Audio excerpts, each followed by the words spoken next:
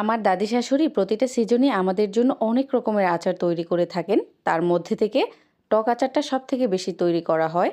কেননা ভাত, বউয়া, খিচুড়ি সবকিছুর সাথেই আমরা এই টক আচারটা খেতে অনেক বেশি পছন্দ করি। অনেকে আচারের মধ্যে শুধুমাত্র পাঁচফোড়ন ইউজ করেন, তবে আপনারা যদি পাঁচফোড়নের সাথে আস্ত ধনিয়া, মৌরি, জিরা আর কিছু লাল মরিচ অ্যাড করে নেন, সেই ক্ষেত্রে দেখা যায় আচারের স্মেলটা অনেক বেশি ভালো আসে আর স্বাদটাও অন্যান্য আচারের তুলনায় অনেক ভালো আসে। এবার একটা কড়াইতে বেশ খানিকটা সরিষার তেল নিয়ে এতে আদা রসুন বাটা আর অল্প পরিমাণ পানি দিয়ে দিচ্ছি, যাতে করে মশলাটা পুড়ে না যায়। আচ্ছা, এবার একটু সরিষা বাটা দিয়ে দিচ্ছি।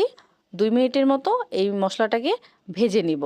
তারপর এখানে এই যে ব্লেন্ড করে রাখা জলপাইটা দিয়ে দিচ্ছি। খুব ভালোভাবে মিশিয়ে নিতে হবে, যাতে কোনো রকম দলা পাকিয়ে না থাকে। জাল করতে করতে দেখা যাবে একটা পর্যায়ে বেশ শুকিয়ে এসেছে। এই পর্যায়ে আমি কিছুটা কি বলে বোম্বে মরিচ আর হচ্ছে সেদ্ধ করে রাখা অনেকগুলো রসুন